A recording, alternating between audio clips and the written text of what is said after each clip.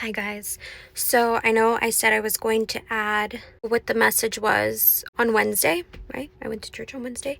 So pretty much the message was on how God has such big plans for us, and sometimes we get so caught up in our own little world and like what we see before us and all we've known in our own lives that we don't realize how expansive God is and how much he has for us, right? It says, "For you will spread out to the right and to the left.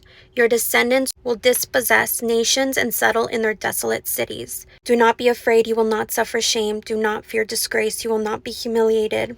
You will forget the shame of your youth and remember no more the reproach of your widowhood." So essentially, it's breaking down the plans that God has for us, and it's never anything small. God wants to use this year to expand you more than you've ever known expansion. It's hard to sometimes wrap our minds around that because all we know is what we've known. All we know is what we've lived. But God wants to take us beyond our wildest dreams and our imagination. And he wants to take us into further beauty and further abundance and further prosperity. And I see that. I see that all through the Old Testament, how a lot of these kings and people that served God, they were very prosperous, right? They didn't go without need. And even if it was at the last minute, God was there to supply their needs. And so that's essentially what the message was about. And yeah, just be prepared for God to move in your life, especially if you are applying all of his godly wisdom into your life. Be prepared for God to move. All you have to do is trust in him, right? The scriptures tell us that faith without works is dead. So yes, faith is crucial. Faith is important. Without faith, we have nothing, but also without works to back up that faith. We got to show God with our works, with what we can control, that we believe what we are believing for, right? We can't just say, "Oh yeah, God, I believe that you are going to help me with this," and not do anything about it. And yes, there are some cases where God will literally move supernaturally and he will make things happen. But if that is not the case, there is an inkling, there's a pull on something, there is a constant message that God keeps delivering to you to move in a certain area to cause about change. And sometimes the works are simply your attitude, are simply your words, right? The scriptures tell us that when we believe for something, act as if we already have it and it'll be ours, right? So don't be hesitant to delve into that new essence that God is trying to call you into, right? When you're praying for something, then be prepared to receive it. You can't be prepared to receive something new if you are acting in old ways.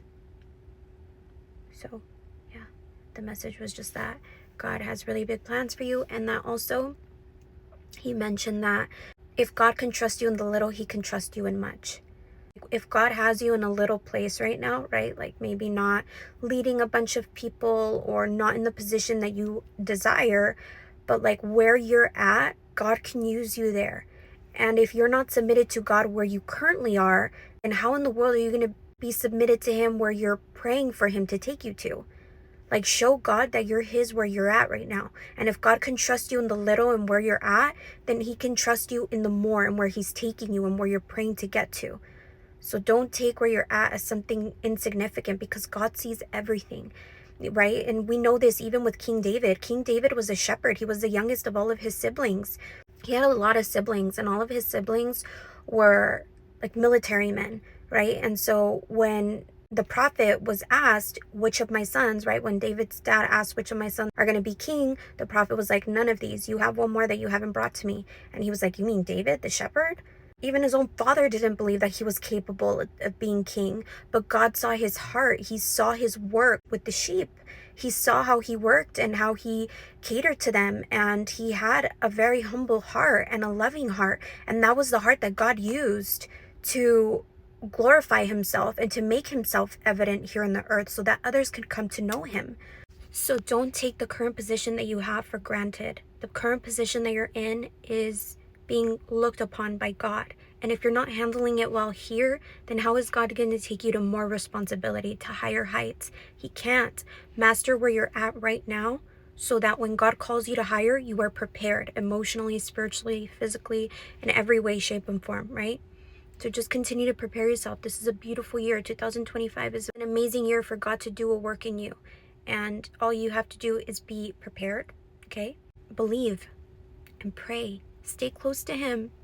That is the only thing. Those are the only things, okay? That was what the message was about. So yeah, I hope you learned something. Now we're gonna get on to the regular content. Okay, bye.